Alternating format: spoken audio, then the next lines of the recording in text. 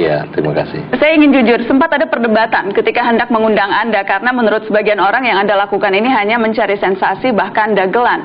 Tapi saya percaya setiap orang punya hak untuk mengajukan diri menjadi pejabat publik asal punya kapasitas. Dan itulah yang akan kita diskusikan saat ini. Iya.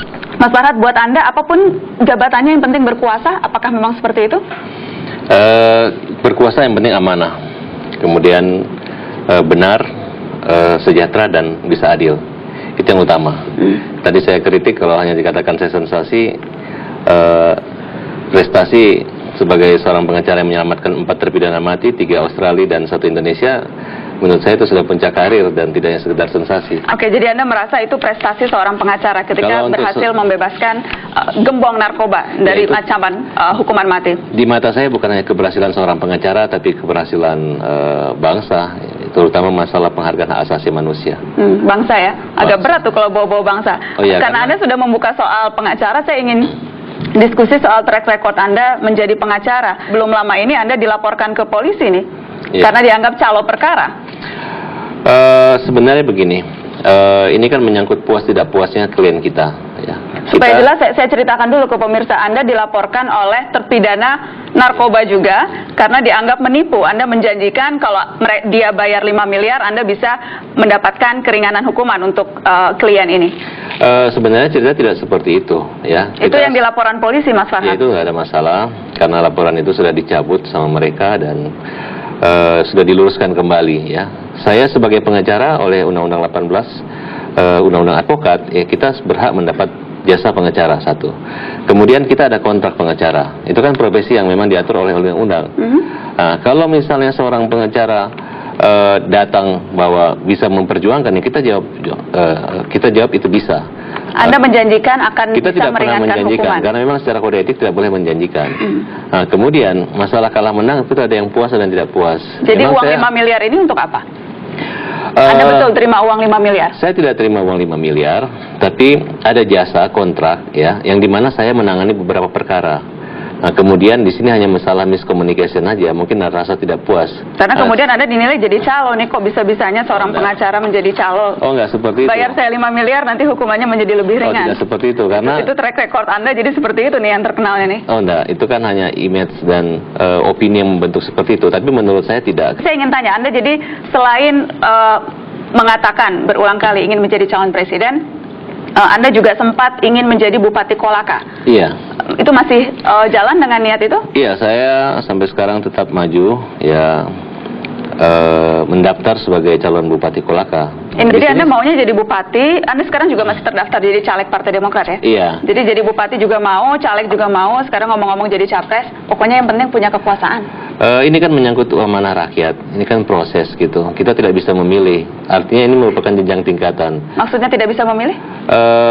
Tidak bisa dikatakan kita rakus jabatan, toh saya sekarang berprofesi sebagai pengacara, ini kan tahapnya kan awalnya kan bulan Oktober ini untuk pemilihan Bupati Kolaka, April. Jadi kalau tidak jadi bupati minimal ada caleg lah. Oh, enggak. Jadi ini lebih sebagai jangkar saja begitu ya? Ya prosesnya tidak bersamaan. Kalau bersamaan pasti saya memilih. Dan yang Anda pilih akan? Ya pasti ketentuannya apabila saya terpilih menjadi bupati di Kolaka, ya berarti kan. Jadi lihat nanti kalau memang udah dapat kekuasaan yang lain nggak usah dikejar. Ya tidak perlu. Yang penting tidak sama perlu, ya? saja. Mungkin dari Kolaka menuju istana. Mungkin lompat DPR-nya nanti. Langsung ke istana ya? Insya Allah. Rekam jejak Anda selain yang tadi berhasil membebaskan gerbong narkoba, apalagi nih rekam jejak apa yang sudah Anda lakukan untuk negeri ini?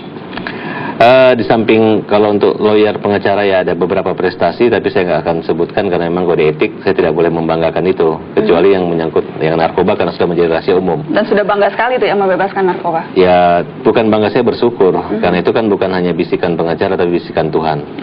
Kemudian saya punya prestasi ya di bidang sesuai tagline saya itu majukan seni budaya bangsa. Nah, saya coba menghimpun bagaimana generasi muda bisa mengambil satu peran ya. Nah, contoh misalnya saya masih muda, usia 37 tahun, kemudian bisa ikut calon presiden, saya mengajak Indonesia bisa berbudaya satu jujur, majukan seni budaya bangsa. Nah, kemudian kita tidak perlu, ya seperti Anda katakan bahwa rakus kekuasaan. Kekuasaan itu nomor 2, yang penting pemuda Indonesia memiliki jiwa kepribadian pemikiran seorang presiden. Saya masih bingung, jadi prestasinya apa nih? Apa yang sudah dilakukan nih? Dalam bidang apa? Dalam bidang apapun. Ya kalau sekarang saya kan memiliki beberapa LSM, saya sebagai ketuanya. Kemudian ya terutama di bidang anti maksiat dan korupsi. Nah, jadi mungkin prestasi dalam pembebasan koruptor saya tidak punya. Tapi kalau narkoba saya punya. Nah, menurut Anda membebaskan koruptor pun itu suatu prestasi ya? Kalau bagi pengacara merupakan satu tanggung jawab, itu merupakan satu tanggung jawab daripada profesi. Berarti itu ya yang Anda sudah lakukan di negeri ini menjadi pengacara gembong-gembong narkoba. Oke, kalau pengalaman politiknya? Pengalaman politik dulu saya maju di Partai Karya Peduli Bangsa. Saya ikut caleg ya karena partainya tidak berkembang ya. Kemudian saya pindah di Partai PDIP Perjuangan. Saya sempat duduk di pengurus pada masa periode sekarang ini 2009 ya. 3 tahun di sana, kemudian saya sekarang sebagai kader dari Partai Demokrat ya, kemudian oleh jadi sudah partai, tiga partai, kemudian partai ini kutu loncat juga dong? Bukan menyangkut kutu loncat ya, karena saya belum pernah berhutang budi pada partai-partai dan belum pernah punya komitmen apa-apa ya. Mungkin karena ada beberapa. Apa kemudian yang membuat Anda pindah dari satu partai ke partai yang lain? Waktu pindah dari PKB saya minta izin kepada Pak Hartono. Saya mengatakan saya mau pindah karena kan sama intinya kan Bapak juga mendukung Megawati menjadi presiden. Oke, dan sekarang dari sama. Ketika di PDIP saya keluar, saya minta izin kepada Pak Taufik Kemas. Kemudian karena kami bukan hanya latar belakang sebagai partai separtai, tapi saya ada alumni GMNI. Kemudian Pak Taufik Kemas dan Ibu Megawati saya bikin tertulis. Dan sekarang pindah ke Demokrat? Saya masuk ke Demokrat ya. Salah satu pertimbangan saya memandang ya nilai-nilai kemanusiaan itu, bahwa Pak Presiden waktu saya mengajukan gerasi juga mengajukan dan mengabulkan. Yang saya jelas tahu bahwa Mahkamah Agung menolak gerasi tersebut. Jadi saya anggap bukan saya berprestasi buruk atau Presiden mengabulkan. Ada sisi kemanusiaan yang tidak salah kalau saya ikut membela dan bergabung bersama Pak SBY di dalam Partai Demokrat ini. Kita masih bicara track record nih. Kalau dihitung-hitung Anda sudah berapa kali ya dilaporkan ke polisi dan jadi tersangka? Baru sekali waktu Ahok kasus Anton Medan sekali saya jadi tersangka. Sedangkan laporan yang kemarin itu saya bukan tersangka. Tapi dilaporkan karena dilaporkan diduga saja. Melakukan hanya menggunakan tindak pidana penipuan dan penggelapan. Bukan penipuan. Laporan kan polisinya seperti itu ya, tapi ya? Ya, mungkin mereka melaporkan seperti itu. Sebelumnya ada artis Rija Abbas tuh Anda dilaporkan pencemaran nama baik juga? Oh, itu adalah artis yang pernah, yang saya katakan dan sempat juga mau dilaporkan karena ucapan Anda seputar kasus LHI. Jadi ada banyaknya yang mau melaporkan Anda ke polisi? Oh enggak, jadi itu kan menyangkut, saya dianggap merekayasa wajah manusia. Seorang anak yang saya rubah wajahnya menjadi ganteng dan bersuara bagus. Ketika sudah mulai naik, dia lari ke kontrak dengan label lain. Kemudian anak ini membuat atau merekayasa cerita bahwa tidak ada kontrak. Nah, kemudian menurut saya kembali saya tidak ingin membahas kasusnya spesifik, cuma ingin menunjukkan bahwa Anda terkenalnya tuh karena kasus-kasus yang aneh-aneh seperti ini. Ya bukan. Kayaknya ini memang sengaja nih Farhad Abbas mau cari yang aneh-aneh. Saya nggak aneh-aneh, artinya kayak Norman Kamaru. Kita sudah keluar modal, keluar uang. Tiba-tiba ya mereka, saya dilaporin ke polisi. Hanya gara-gara mau ngomong tidak tahu berterima kasih atau lupa budi. Jadi banyak yang umur 16 tahun sudah dokter, di luar negeri udah biasa gitu. Bisa Anda sebutkan satu? Saya lupa namanya, tapi ada beberapa prestasi. Oh banyak. Maksudnya satu saja. Saya baru keliling 10 provinsi di Indonesia.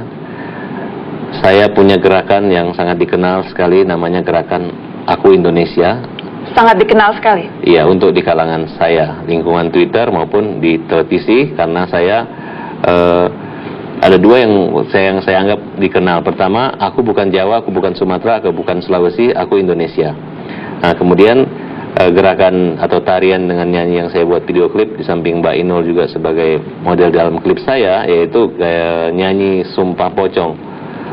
Sumpah Pocong ini menurut saya ada pro dan kontra. Ini adalah gerakan moral jujur bahwa seandainya saya jadi presiden, saya akan sumpah pocong untuk tidak korupsi. Siapapun presiden di Indonesia, kalau dia memimpin dan dia berani memimpin negara ini dan pede, ya dia harus berani sumpah pocong tidak korupsi dan tidak KKN. Mas Farhad, saya ingin bicara soal apa yang akan Anda lakukan, begitu ya? Apa program Anda? Tadi selain video klip sumpah pocong dan apa tadi Aku Indonesia ya? Yeah. Apalagi sih program konkretnya? Reformasi di bidang pendidikan. Dalam bentuk apa? Pertama usia pendidikan ya, itu terlalu lama kita sekolah, itu betul-betul ada tanggung jawab. Anda mau mengurangi waktu sekolah atau bagaimana? Masuk sekolah, Kalau perkiraan saya mungkin 4 tahun sudah boleh masuk SD. SD jangan 6 tahun, SD cukup 4 tahun. SMP SMA itu enggak 6 tahun, 3 tahun, 3 tahun, tapi 3 tahun sudah SMP dengan SMA. Kemudian kuliah S1, S2 bisa sampai 4 tahun. Jadi usia 16 kita udah selesai. Ini atas dasar apa nih? Ya karena saya melihat begini, fisik anak-anak sekarang kan usia dewasa itu 17 tahun. Nah sekarang 13 tahun udah. Jadi ini atas karangan Anda sendiri Iya, gitu ya? saya berpikir bahwa usia dewasa anak harus diturunkan tidak 17 tapi 13. Jadi Anda mengarang-arang sendiri untuk kemudian sampai pada program ini yang SD 4 tahun, SMP SMA 3 SMP tahun. 3 tahun, ya itu kan di samping memaksimalisasikan kualitas guru untuk mengajar dan juga bisa memperhemat anggaran biaya negara, belanja negara. Jadi total itu orang masuk SD sampai lulus 16 tahun. Udah S2. 16 tahun sudah S2? S2. Dari mana tuh argumennya ya? Ya, kalau SD itu kan menurut saya 4 tahun. Ya, sekarang kan sudah banyak penyesuaian itu ya. Bahkan banyak yang umur 16 tahun sudah dokter, di luar negeri udah biasa gitu. Bisa Anda sebutkan satu? Saya lupa namanya, tapi ada beberapa prestasi. Oh banyak. Maksudnya satu saja? Saya lupa, saya nggak sebutin namanya, tapi sudah saya ketahui bahwa memang kita sampai usia 22 gitu. Saya agak sulit bisa memahami nalar argumen Anda tadi ya, karena ketika saya tanya pun tampaknya jawabannya tidak begitu jelas. Tapi saya sempat baca Anda mengatakan semuanya akan gratis begitu. Gratis apanya maksudnya? Saya sempat baca Anda bilang sekolah akan gratis, kemudian semuanya akan gratis. Saya mengatakan di Twitter bahwa yang pintar gratis. Oh, jadi tidak semuanya gratis? Ya, yang bodoh bayar gitu. Kalau dulu kan yang pintar masuk di negeri, yang bodoh masuk di swasta. Nah, tapi sejalan perkembangan, swasta memperkuat gitu, sehingga terbalik. Karena yang gratis ini orang nggak serius jadi sekolah. Tidak semuanya gratis ya? Tidak semua gratis, tapi kalau yang berprestasi jangan. Kira-kira kalau Anda sekolah waktu itu Anda termasuk yang gratis apa yang bayar? Saya bayar. Anda bayar? Iya, karena sekolah negeri pada saat zaman saya masih bayar. Saya ingin kita diskusi soal bagaimana menurut Anda hal yang menjadi concern banyak sekali orang saat ini, terutama ketika harga pangan yang meroket. Apa menurut Anda seharusnya paradigma atau perencanaan seputar pengendalian harga bahan kebutuhan pokok? Kalau menyangkut harga pangan tinggi ya otomatis sekarang kan orang menyalahkan naiknya BBM. Jadi otomatis apapun mulai jual ikan segala macam BBM naik, itu sangat berpengaruh buat masyarakat, khususnya buat kaum pinggiran lah, kaum pedesaan gitu. Kembali ke soal Anda ingin mencapreskan diri dan sebagainya, Anda tetap akan, karena sekarang kan capres independen sudah tidak bisa, yang Anda akan lakukan sekarang apakah Anda kader Partai Demokrat mau ikut konvensi misalnya? Ya gini, kalau kita dalam partai itu kan kalau ambisi ntar dikira pahlawan kesiangan atau ingin jadi matahari gitu. Jadi saya hanya memperbanyak aja. Dan saya sudah minta izin kepada pimpinan partai bahwa saya masuk di Partai Demokrat, tolong jangan dihalangi, dibatasi. Siapa aja kan boleh menjadi calon presiden, dari partai lain pun bisa gitu. Kemudian campur tangan Tuhan, bahwa tidak hanya berdasarkan elektabilitas atau hanya survei. Kalau berani sumpah pocong untuk tidak korupsi, supaya kita tidak menduga lagi. Kemudian dia ditambahin supaya tidak menipu dan menggelapkan nggak ya yang itu? Oh, saya rasa itu kan hanya pendapat pribadi aja, karena itu kan ada pertanggungjawabannya. Nah, mungkin bisa ditambahin sekalian, tidak menipu dan menggelapkan dan tidak jadi calo perkara. Ya, saya rasa kalau pengacara dikatakan sebagai calo perkara, memang kita ngurus perkara kan. Ya kan buktinya kan pada akhirnya kan tidak sekalian seperti saja. Itu. Jadi lebih komprehensif begitu sumpahnya. Ya, itu kan budaya jujur. Kita mulai perbaiki dari hal yang kecil, mulai dari kehidupan diri pribadi, keluarga, rumah tangga maupun buat bangsa. Ngomong-ngomong keluarga, rumah tangga semuanya mendukung full nih. Alhamdulillah ya. Artinya begini, kalau ayah saya kan kebetulan beliau juga orang di bidang hukum ya. Ibu saya ya, istri saya bukan seorang yang ya saya melihat bukan tidak maksimal mendukung gitu. Dia santai-santai saja dan tetap mendukung saya sebagai kepala rumah tangga, sebagai anak, dan artinya tetap mengkontrol gitu. Kalau memang ada yang dikritik di Twitter, mereka lebih serius untuk mengkritik saya. Jangan sembarang ngomong, jangan sekedar mencari sensasi biasa. Oh, jadi bahkan keluarga pun tahu Anda mencari sensasi ya? Ya, karena orang mengatakan Farhad ribut lagi. Kan Indonesia ini kalau masuk TV katanya sensasi. Saya kan bukan bicara sensasi, saya bicara